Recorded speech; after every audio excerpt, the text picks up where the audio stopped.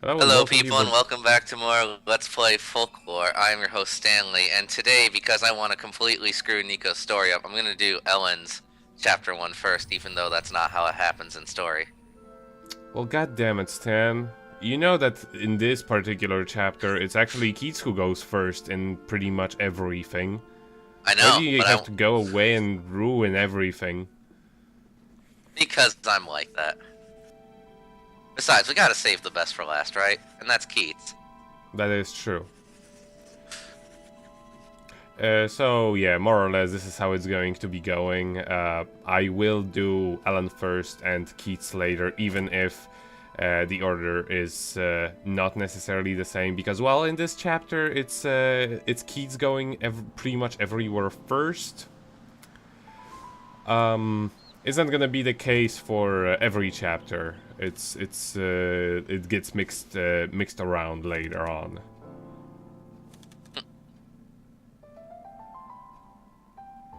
Hmm. So yeah, this is the cutscene, like, blatantly telling you that you were supposed to do his first. No, it's not necessarily this cutscene. It's actually a lot of things later. But it is pretty nice that they mix things around with that formula. Yeah.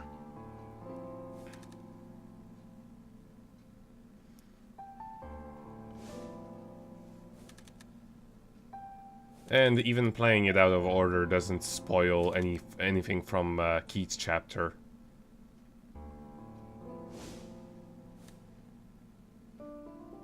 Well, yes, Alan.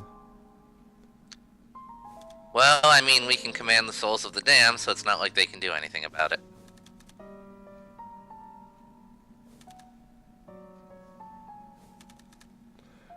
Well, Alan doesn't really know that Keats can also do that. I know. I was just making a Hmm. joke. Why you gotta rain on my parade, Nico, huh?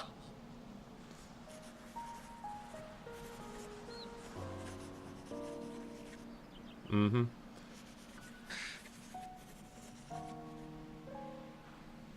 We're gonna get Yeah, to the bottom of this. because Alan has not spoken to her just yet. Well, no, she didn't have a coherent conversation at the very least. Undescript research purposes. Research.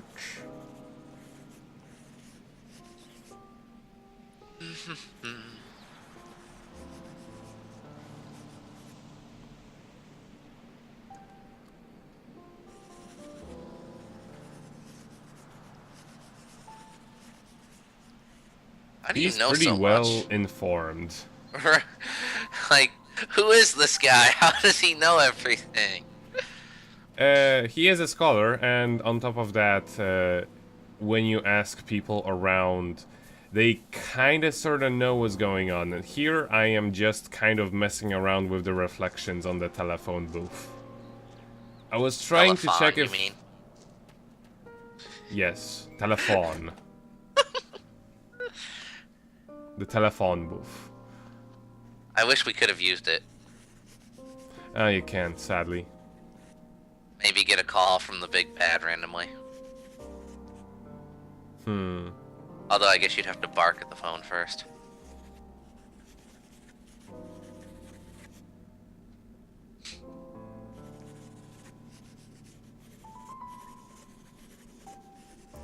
But yeah, we don't necessarily need to talk to this lady yet. She's not really introduced to the plot. She's not really introduced to the plot yet. But pretty much talking to everybody just gives you more flavor text and information about the overall story. Here is actually where Suzette lives.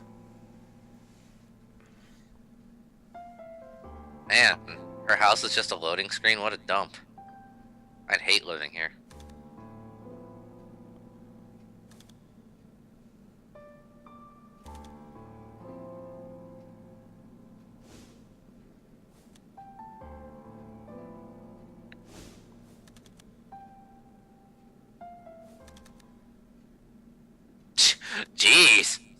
Oh yeah.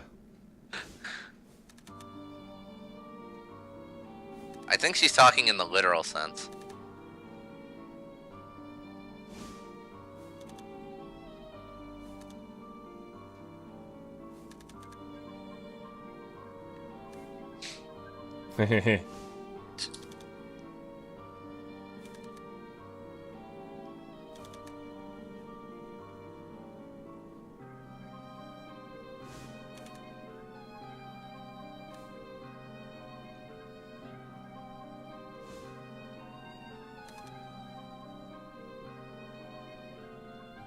Well, she's pretty bitter about it.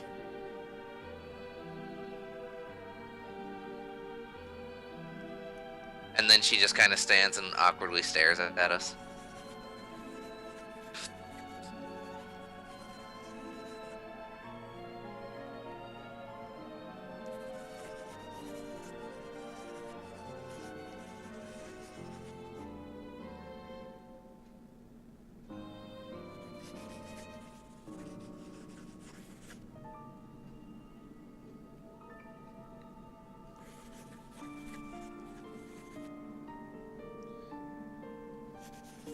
Well, to be fair, you do kind of look like a dude.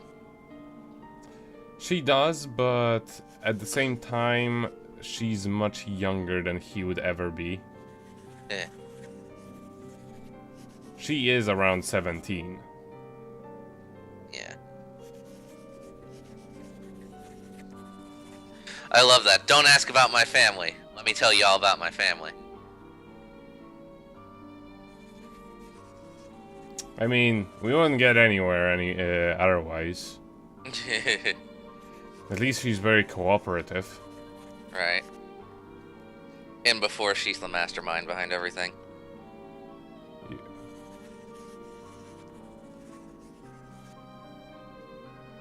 Yeah, this scene kind of also shows how naive Ellen can be. Yeah.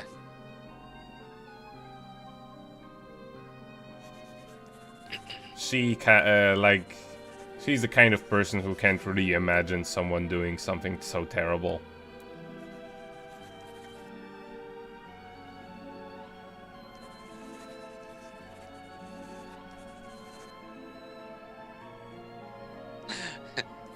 Well, this took a turn.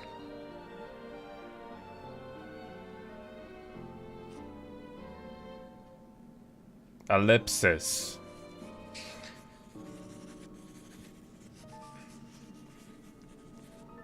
Yeah. Only the dead know peace. I mean answers.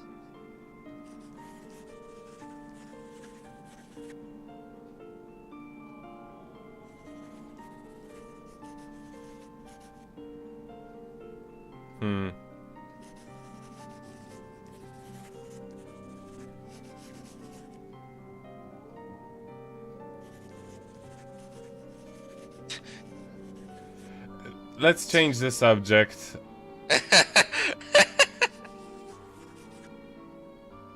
She's not very subtle. Turns out Ellen is secretly her long-lost brother.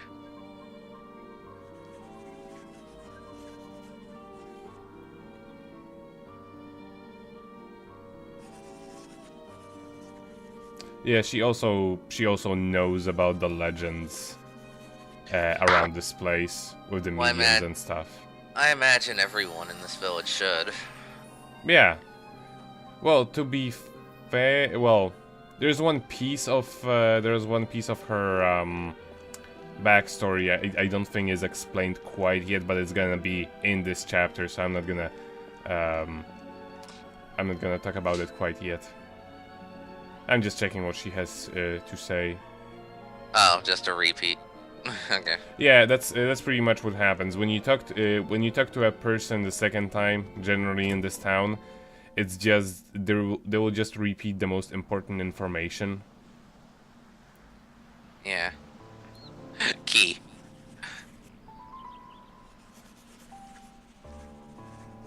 They cut off the text in really weird places. Yeah.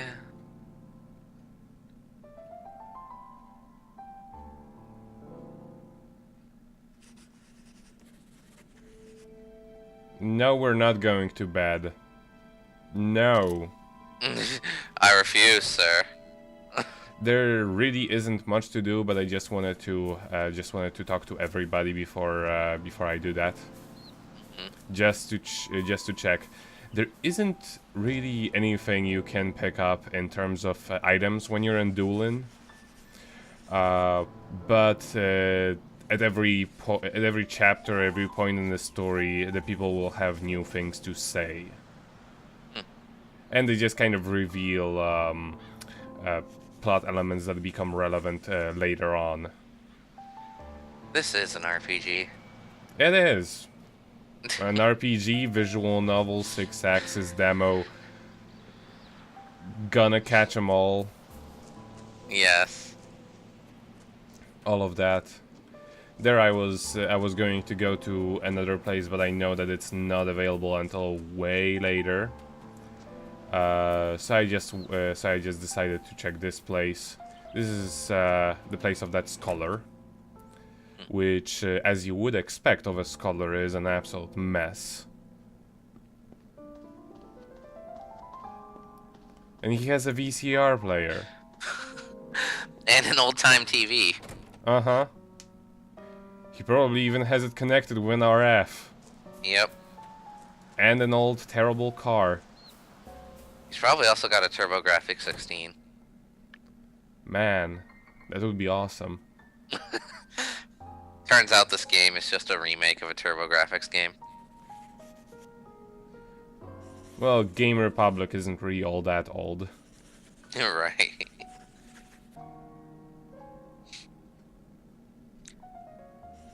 You know, this pub doesn't seem to get much business. Not really. I mean, all things considered, the only time of the day when anybody would actually go to a pub is in the place is infested by monsters, so Right. no wonder. And there is a big resounding nothing in here. Mm-hmm. A shame there's no treasure chests. Oh, yeah.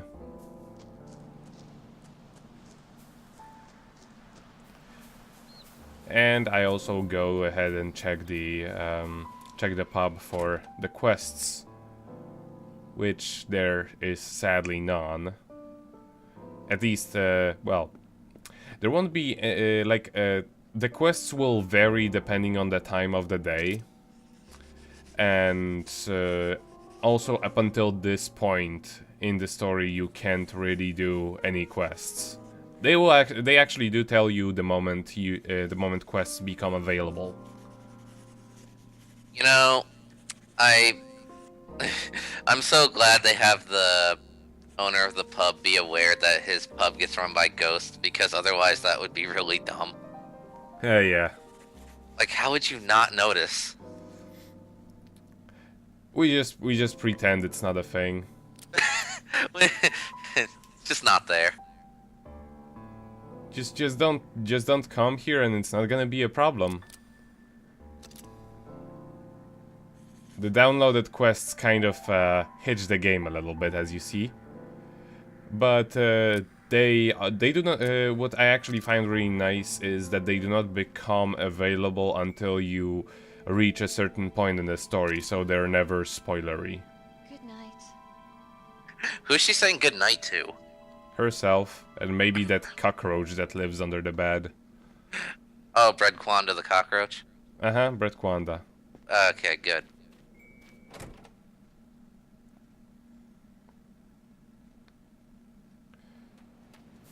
So yeah, now that we have the key, we can go to the henge and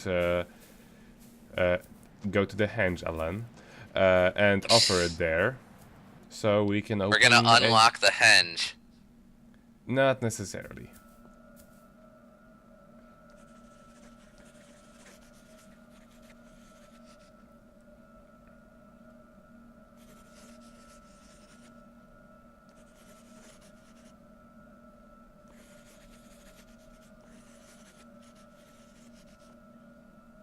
We won't.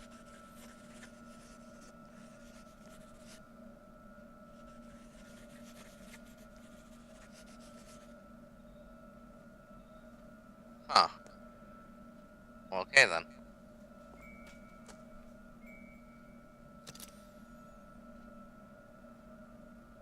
Well, wait. It made an unlocking sound. We are unlocking the henge. You lied to me.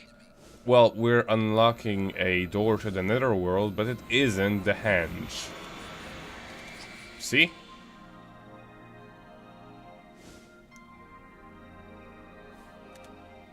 The lighthouse.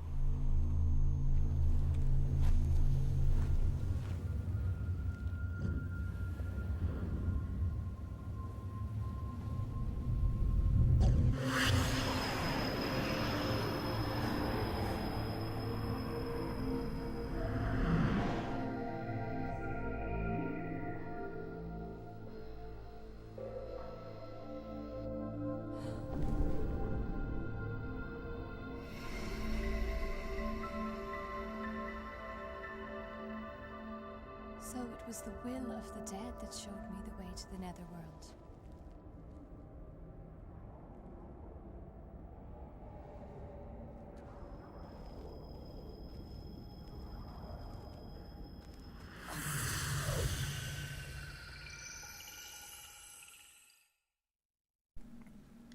What's nice about the thing is that from now on, it's always gonna stay there.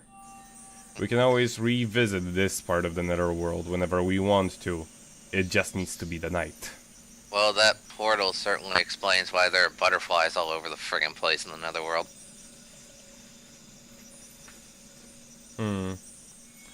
Those flesh-eating butterflies. Kill the boss, and then you'll get to see him. Yeah, and we also had a title drop. The Folklore.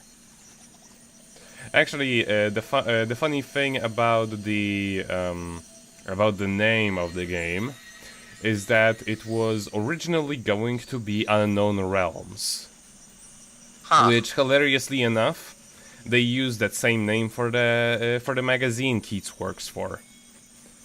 Also, in the Japanese version, it's called Folk Soul, but I guess they just decided that folklore was a little bit more interesting and rolls off the tongue much better. Yeah, it's also, a word. Yes.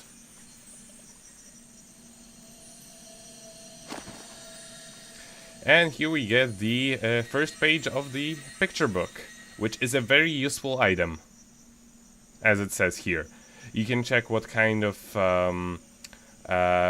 folk is good against what kind of enemy. Now, the enemies will their weaknesses do not depend necessarily on what kind of they do not necessarily depend on what kind of element they are, but it's a little bit confusing. Say, for example, there are normal elemental monsters that will not be affected by, say, normal elemental attacks like most of the other ones are.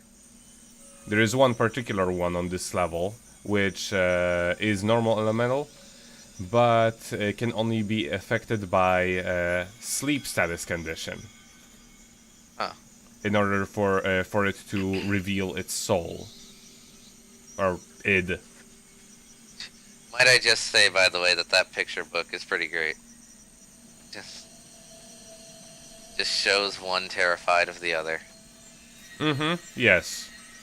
And they get pretty imaginative with them, particularly when it comes to the bigger encounters, where, particularly when it comes to the bosses, when you need to use multiple folks. It's just like an entire story told in pictures. It's pretty cute. Yeah. there is written text in there, but it's all written in runes, so you can't read it. Well, But you don't really need to. I wonder if anyone's deciphered it. That would be pretty interesting.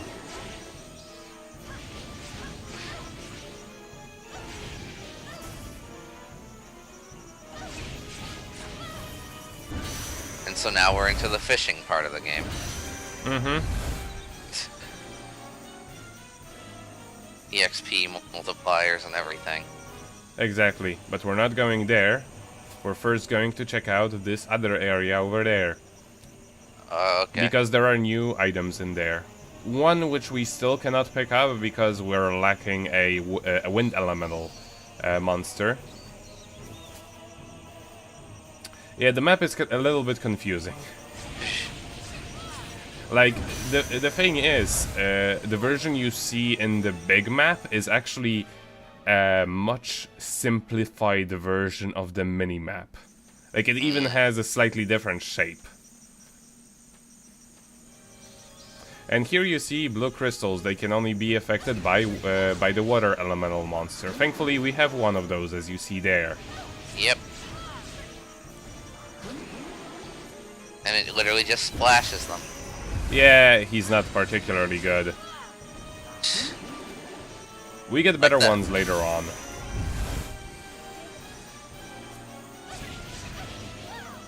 And enemies. But yeah, this is all. that when you're trying to collect treasure and they keep hitting you. This is also an example how you can kind of sort of combo in this, but Ellen isn't particularly good about it. Because she literally just puts him on the ground and lets him do his thing, as you see here. Yeah. Whereas Keats is more the kind to grab him by the neck and force him to use bubbles. You literally use him as a water gun. A little bit, yes.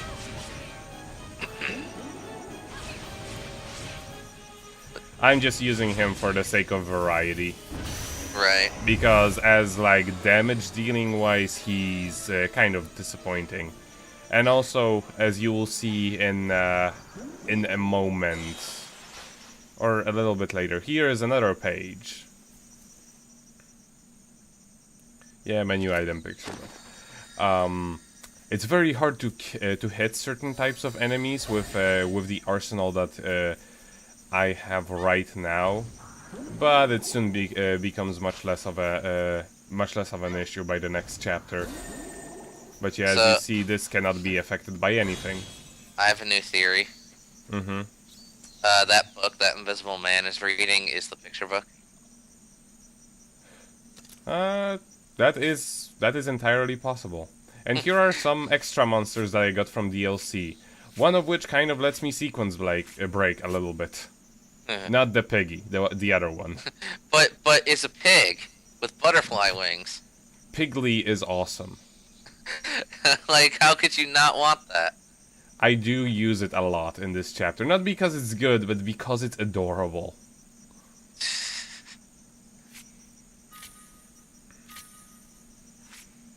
Get rid of Water Guy, fuck him. Well, I'm gonna need him regardless of anything. Eventually. So much customization. The customization system is a little bit confusing, as in, say, like in Zelda, when you have this sort of a thing, the items will kind of swap positions when you. Like say, I already have something on square, and then I put something on square again that was previously on the X. Then they're going to swap positions. In this case, it's if I put something on square that was previously on the X will become empty. I mean, it's work-withable, but it's kind of confusing at first, at the very least for me. All right. Then. And And here I'm using the targeting, which is not very good. I mean, here That camera. we don't particularly see too many issues with it, but it becomes kind of annoying during boss fights because it has a very short range, and at very many occasions it will just simply deselect itself. Fun. But as you see here, Piggy is He's awesome. yeah, he's awesome. He like automatically targets. It doesn't matter that Piggy doesn't really do much damage. He's adorable. He's my current favorite. Like, look at him go. Yes. And also, now that I actually have multiple things that I can attack with, there is a thing about how Ellen plays, which is different from how Keats plays. You see how every single time I use an ability, it takes away from the blue bar, and then it slowly refills as I don't do anything, right? Uh-huh. Now, the difference between Ellen and Keats is that while Ellen has to wait a little bit while doing nothing for it to refill slowly, Keats has to just wait a little bit while doing nothing to refill it instantly. Why is Keith so much better? Come on now. Well, to be fair, I don't really mind him being so much better because he's my favorite. But it also kind of has to do, I guess, with how much of a pacifist Ellen is. Yeah. Oh, hey, this is where we got attacked by that lady. Exactly. She doesn't particularly want to get involved into the combat, like personally, like being the one pulling the trigger. She just lets them do that. Yeah. And here come the issues with the yeah. Oh God. That's Yeah. nasty. Yeah, these guys are pretty annoying, particularly right now because I don't have any good way of dealing with them. And Piggy cannot hit them, which is really sad. Piggy can only hit things that are on the ground, like this guy. That is a shame. Yes. Thankfully, they're not too dangerous. They're just annoying. And what you've seen there is them actually attacking Henki before he managed to do a thing. Right. This is actually a pretty interesting feature that they have in this game. Your folks actually take physical form whenever they attack, and that physical form has its advantages and disadvantages. One of the disadvantages is, as you see here, they can actually get shot down before they do anything. The advantage is, if the folk you're using is, let's say, resistant to a particular element, if the folk you're using is resistant to a particular element, you can use them as a shield, even if that's not their intended purpose. That's nice. Yes, it's actually the only way I ever defend myself in this game.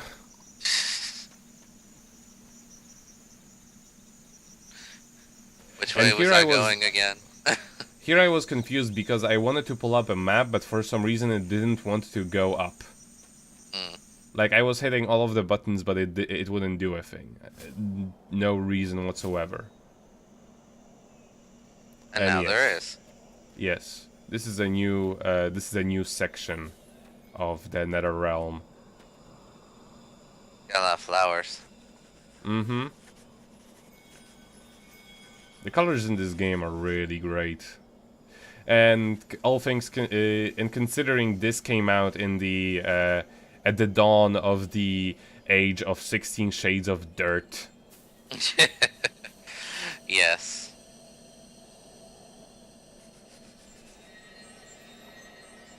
The Fairy Lord.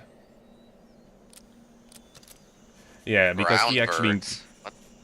he actually has some new information. The bird thingamajig is a monster we're going to see at the beginning of the next episode. Ah. He's actually the first wind elemental monster that we're going to get, and he's pretty awesome.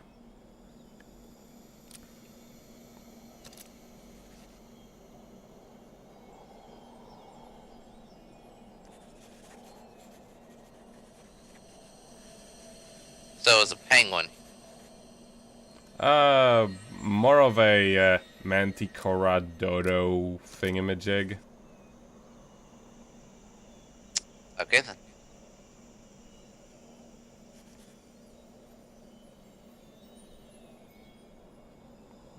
Vandalism. Gotta love it. Well, it needs to be elementally specific vandalism. Yes. If you want to break stuff, you have to earn it. You have to be specific about it. You can't just go around throwing pots everywhere. Nah. No. We don't... that's not how we do things around here. Mm-hmm.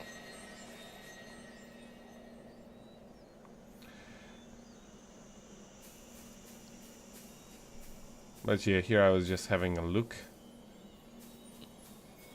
at the place. And now let's see about that bird in the next episode.